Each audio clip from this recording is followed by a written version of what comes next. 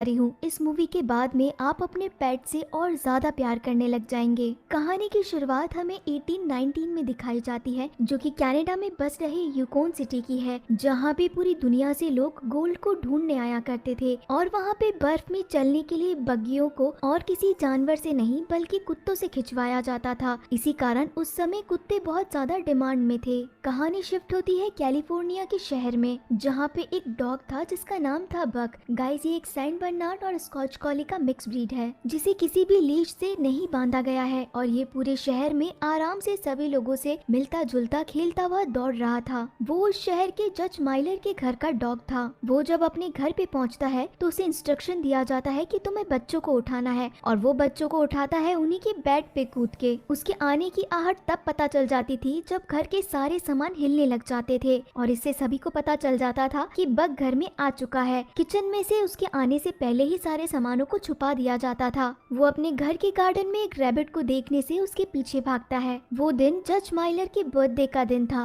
Bug के सामने एक पूरी टेबल शानदार खाने से भरी हुई थी। माइलर फैमिली अपनी पिक्चर क्लिक करवाने वाली थी और तभी वहाँ पे बग अपने मुंह के अंदर बोन लेके वहाँ पहुँचता है, और जब जज माइलर वहाँ पे अपने खाने की टेबल देखते हैं तो वो सत्यानाश हुई टेबल का सारा क्रेडिट जाता है बग को। इस खुराफात के बाद में जज माइलर ने बग को घर से बाहर निकाल दिया था। ये पहली रात नहीं थी कि जब बग को सजा मिली थी, लेकिन वो रात बग की उस घर में आखिरी रात थी। रात होने पे दो लोग बग को अपने पास में बुलाते हैं और एक बॉक्स के अंदर कुछ ट्रीट फेंक के बग को उसी में चढ़ा देते हैं। बग जब तक कोई चीज समझ पाता तब तक वो बॉक्स बंद हो चुका था। जब बग नींद में से जागता है तो उसका बॉक्स खोला जाता है। बग काफी ज्यादा गुस्से में होता है और जो उसका बॉक्स खोल रहा था उसी के ऊपर गुर्राने लगता है, लेकिन उस आदमी के हाथ में एक डंडा था जिससे कि वो बग को मार देता है। बग के पास जो पावर थी इसका अंदाजा अभी उसे नहीं था, इसी कारण वो चुपचाप वहाँ पे बैठ जाता है। लेकिन वो मौका पाके उस जगह से भागने की कोशिश करता है, लेकिन वो जाता भी तो कहाँ जाता। जब वो शिप के लास्ट पॉइंट पे पहुँचता है तो उसे पता चलता है कि ये शिप जमीन पे नहीं है बल्कि पानी में है। बग को अलास्का लाया गया था। वहाँ बग की पहली बार मुलाकात होती है एक जॉन नाम के बूढ़े आदमी से। एक पेरोल्ट नाम का आदमी बग को खरीद लेता है। यहाँ दिखाया गया है कि ये आदमी चिट्ठियों की डिलीवरी करता है। उसकी असिस्टेंट उसे बोलती है कि ये एक कुत्ता हमारे लिए सफिशिएंट नहीं है, हमें दो कुत्ते चाहिए थे। इसके बाद में पेरोल्ट बग की जान पहचान वहाँ पे बैठे बाकी डॉग से कराता है। उस ग्रुप का लीडर एक हस्की था जिसका नाम स्पिट्स था। बग ने पहली बार बर्फ देखी थी, इसी कारण उसके पैर इस बर्फ के अंदर जम ही नहीं रहे थे। जब सारी डॉग्स दम लगा के उस बग्गी को खींच रहे थे तो बग को कोई अंदाजा नहीं था कि इसे किस फोर्स से खींचना चाहिए। वो हर थोड़ी थोड़ी देर में गिर रहा था और एक समय ऐसा आता है कि ढलान पे उसे नीचे उतरने का अंदाजा नहीं होने के कारण पेरोल्ट उसकी असिस्टेंट उस बग्गी के साथ में ही नीचे गिर जाते हैं। बग ने अपनी पूरी लाइफ के अंदर पहली बार इतनी ठंड महसूस की थी। वो एक फैमिली पेट था, इसी कारण उसे इंसानों के साथ में रहने की आदत थी और वो पेरोल्ट के पास में कैंप में चला जाता है, लेकिन उसे बाहर निकाल दिया जाता है। वहाँ हमें पता चलता है कि बाकी डॉग्स बग को बताते हैं कि तुम्हें बर्फ में ही सोना पड़ेगा। अगली सुबह बग फिर से अपनी पूरी मेहनत से उस बग्गी को खींचने की कोशिश करता है। रात होने पे जब इनका डिनर टाइम था तो इनका लीडर एक अच्छा डॉग नहीं था, इसी कारण वो अपने टीममेट से फिश ले लेता है। लेकिन जब ये चीज बग देखता है तो वो अपनी फिश दूसरे डॉग को दे देता है। इससे वहाँ पे खड़े सारे डॉग्स बग को एक अच्छा डॉग मानने लगते हैं। एक दिन जब यहाँ पे सारे डॉग्स कुछ पानी पीने के लिए रुके हुए थे तो स्पिट्स किसी भी डॉग को पानी नहीं पीने दे रहा था। बग कुछ दूर आगे जाता है और अपने पैरों से बर्फ तोड़ के पानी का एक नया सोर्स बना देता है। सारे डॉग्स वहाँ आके पानी पीने लगते हैं। दैट मीन्स वो सारे डॉग बग के सपोर्ट में थे। ये सभी लोग अपने रूटीन का काम कर रहे थे। एक दिन जब ये बर्फीले ओशन के ऊपर चल रहे थे तो फ्रैंक बर्फ कच्ची होने के कारण पानी में गिर जाती है। बग बिना कुछ सोचे समझे उसी पानी के अंदर छलांग लगा देता है और एक टाइम के बाद वो फ्रैंक को बाहर निकाल लेता है, लेकिन वो खुद बाहर नहीं निकल पाता है। पेरोल काफी जोर जोर से चिल्लाता है, लेकिन उसे कहीं भी बग नहीं मिलता है। लेकिन तभी उसके पास में कोई वुडन स्टिक लेके आता है, जिससे पेरोल फिर से उस बर्फ को खोलने की कोशिश कर रहा था, लेकिन वो वुडन स्टिक और किसी ने नहीं बल्कि बग ने ही लाके दी थी। रात होने पे पेरोल्ट और फ्रैंक बात करते हैं कि ये डॉग इतना भी बुरा नहीं है, बल्कि ये सारे डॉग से बिल्कुल डिफरेंट है। ये सारी चीजें स्पिट्स को बिल्कुल पसंद नहीं आ रही थी। आखिर वो इस ग्रुप का सबसे पुराना लीडर था। रात होने पे एक दिन बग को एक रैबिट दिखता है और वो उसी के पीछे उसे पकड़ने के लिए भागता है। सारे डॉग भी यही एक्टिविटी करते हैं। बग उस रैबिट को मारता नहीं है बल्कि छोड़ देता है, लेकिन स्पिट्स जो कि इस ग्रुप का लीडर था वो ऐसा बिल्कुल नहीं करता है। वो उस रैबिट को जान से मार देता है और अब वो अपने रॉड से ये बताने की कोशिश करता है कि ग्रुप के अंदर कोई भी दो लीडर नहीं हो सकते हैं एक टाइम पे। इसी कारण वो बक के ऊपर अटैक कर देता है। बक यहाँ पे अपने लीडर की रेस्पेक्ट करने के कारण उसको कुछ भी नहीं करता है। स्पिट्स बक के ऊपर रेगुलर अटैक करता ही जाता है। बाकी डॉग्स बक को उठाने की कोशिश कर रहे थे, इसी कारण स्पिट्स उन्हीं डॉग के ऊपर गुर्राना शुरू करता है, लेकिन बक आखिरकार इंजर्ड होने के बाद में भी उठ जाता है और एक शॉट के अंदर स्पिट्स को सीधा जमीन की धूल चटा देता है। सारे डॉग स्पिट्स के ऊपर भौंकने लगते हैं। इसके बाद में स्पिट्स को समझ में आ जाता है कि इस ग्रुप का लीडर अब चेंज हो चुका है, यानी कि सभी डॉग्स ने बक को अपना लीडर बना लिया था। स्पिट्स उसी रात को वहाँ से हमेशा के लिए चला जाता है। अगली सुबह पेरोल्ट स्पिट्स को ढूंढता है और उसे आवाजें लगाने लगता है। फ्रैंक कहती है कि वो शायद ही यहाँ पे आएगा।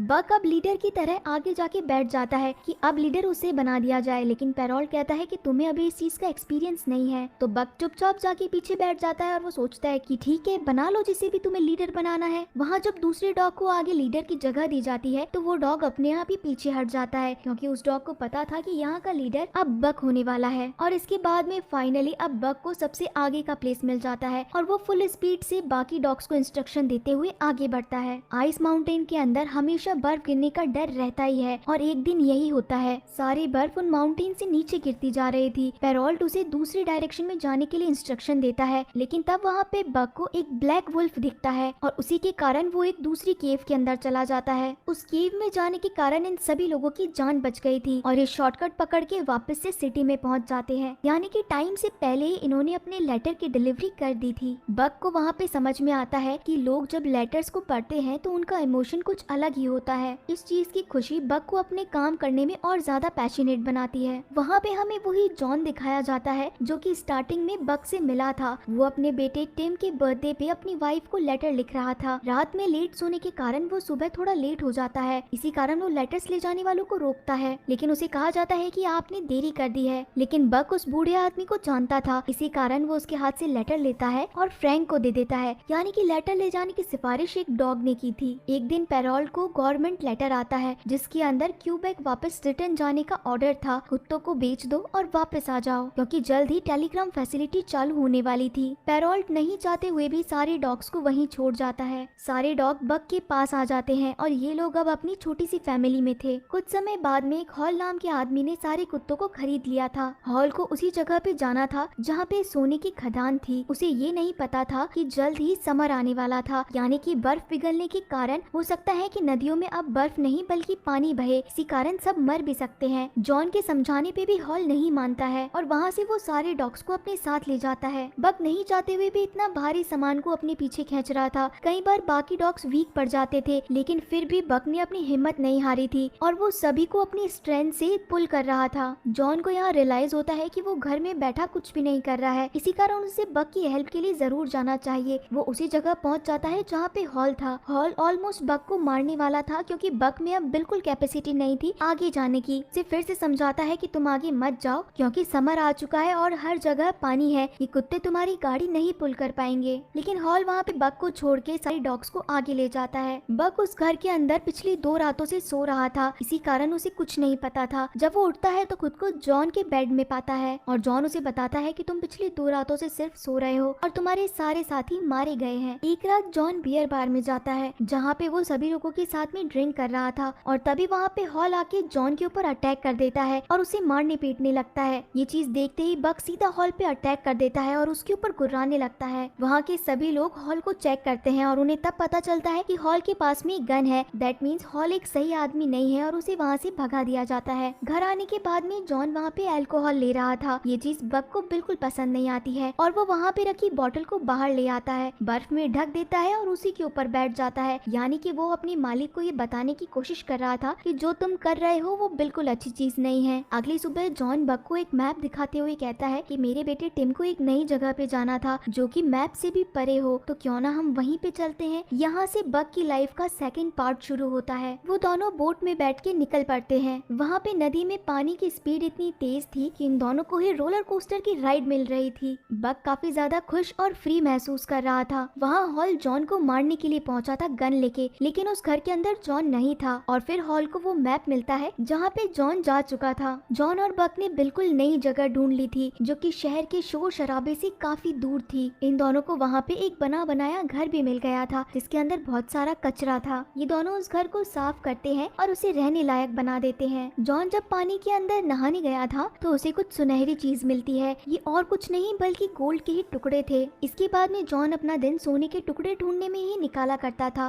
बक भी उसकी हेल्प किया करता था छोटे छोटे टुकड़े ढूंढने में। एक दिन बक को एक व्हाइट वुल्फ दिखती है और वो उसका पीछा करने के लिए निकल जाता है। जॉन उसे कहता है कि तुम जा तो रहे हो लेकिन जल्द आ जाना। वहाँ फॉरेस्ट में जाने से पहले उसे एक बियर भी मिलता है जिससे वो पहले डरा करता था। बक व्हाइट वुल्फ से फ्रेंडशिप करने के लिए अपना हाथ आगे बढ़ाता है लेकिन वो व्हाइट वुल्फ वहाँ से चली जाती है। एक दिन वुल्फ अपने पूरे ग्रुप के साथ में हंटिंग करने निकला था लेकिन उसके अंदर से एक वुल्फ का पैर पानी के अंदर स्लिप हो जाता है और वो पानी के साथ में ही बहने लगता है। बाकी वुल्फ साइड में खड़े होकर सोच ही रहे थे कि हम क्या करें, लेकिन तब तक बक वहाँ पे पहुँच जाता है। हम सभी को पता है कि डॉग सबसे इंटेलिजेंट पेट होते हैं, इसी कारण बक उस पेड़ को अपने ऊपर उठा लेता है और वहाँ से उस वुल्फ को फ्री कर देता है ताकि वो वुल्फ वापस से जमीन पे आ सके। ये चीज देख के वुल्फ का ग्रुप बक के पास में आ जाता है और वो वुल्फ फील करते हैं कि ये डॉग हमारे जैसा है, यानी कि इसने हमारी हेल्प की है। इसके बाद में तो बक इस ग्रुप के साथ में जाके रोज शिकार करता था, यानी कि कभी किसी बर्ड का तो कभी किसी फिश का, और सारी चीजें ले आके जॉन को देता था। रात होने पे बक हमेशा जॉन के पास में टाइम से आ जाता था, लेकिन कभी कभी ऐसा होता था कि बक आने में लेट हो जाता था। ये चीज जॉन को काफी ज्यादा लोनली फील कराती है और इसी कारण वो अपने हाथ में फिर से अल्कोहल की बोतल ले लेता है। बक उसके पास में आके बैठता है और वो दोनों आपस में बातें करने लग जाते हैं। अगली सुबह बक जॉन के साथ में खेलने लगता है और तभी उसके सामने व्हाइट वुल्फ आ जाती है। तो जॉन उसे कहता है कि देखो तुम्हारे फ्रेंड्स तुम्हें बुलाने के लिए आए हैं, तुम चले जाओ। जॉन बक का पीछा करते करते फॉरेस्ट के बीच में पहुंच चुका था, जहाँ पे जॉन को पता चलता है कि बक की भी अब एक फैमिली बन चुकी है, सारे वुल्फ उसी के साथ में रहते हैं। जॉन को अब ये रियलाइज हो चुका था कि अगर वो यहाँ पे रहा तो उसकी बची कुची लाइफ यहीं पे गुजर जाएगी। इसी कारण वो डिसीजन लेता है कि वो वापस सिटी जाएगा और वो बक को कहता है कि तुम्हें यहीं रहना है और मैं कल चला जाऊंगा। ये बात बक समझ चुका था, इसी कारण वो सैड था। ये रात जॉन की आखिरी रात थी क्योंकि वहाँ पे अपना बदला लेने के लिए हॉल पहुँच चुका था और उसने जॉन को मारने का पूरा फैसला ले लिया था। इन दोनों के आपस की फाइट में फायर हो जाता है और जॉन को एक फायर लग जाती है। जॉन वहाँ पे अपने पास जितना भी गोल्ड था वो हॉल को दे देता है, लेकिन फिर भी हॉल को ये चीजें कम पड़ रही थी। उसी टाइम बक वहाँ पे पहुँच जाता है, हॉल को सीधा उठाता है और उस जलते हुए घर के अंदर फेंक देता है। वो जॉन के पास में पहुँचता है उसे उठाने के लिए और जॉन की लिखी हुई बुक जॉन के पास में ले आता है। जॉन अपनी आखिरी सांसें ले रहा था और बक के ऊपर बैठा था। बक ने अपनी आंखों से अपने मालिक को मरते हुए देखा। अगली सुबह बक अभी भी उसी जगह पे था जहाँ पे वो घर जल रहा था। व्हाइट वुल्फ आके उसे वहाँ से ले जाने की कोशिश करती है, लेकिन बक का मन नहीं था। लेकिन व्हाइट वुल्फ एक टाइम के बाद उसे वहाँ से ले ही जाती है। अब कहानी कुछ समय आगे पहुँच जाती है जहाँ पे हमें दिखाया गया था कि बक ने उस फॉरेस्ट को पूरी तरीके से अपना लिया था। इसका मतलब है कि ये जगह ही उसका असली घर था। अब उसके 2 बच्चे भी थे छोटे और अब वो बियर से भी नहीं डरता था। वो पूरे फॉरेस्ट में बिल्कुल फ्रीडम से घूमा करता था अपने वुल्फ के ग्रुप के साथ में। इंसानों के फोर फादर्स मंकी हुआ करते थे और इस मूवी से गाइस मुझे भी पता चला है कि डॉग्स के फोर फादर और कोई नहीं बल्कि वुल्फ हुआ करते थे। और इसी के साथ में ये कहानी यहाँ पे खत्म होती है। तो आप सभी लोगों को ये कहानी कैसी लगी थी मुझे जरूर बताइए।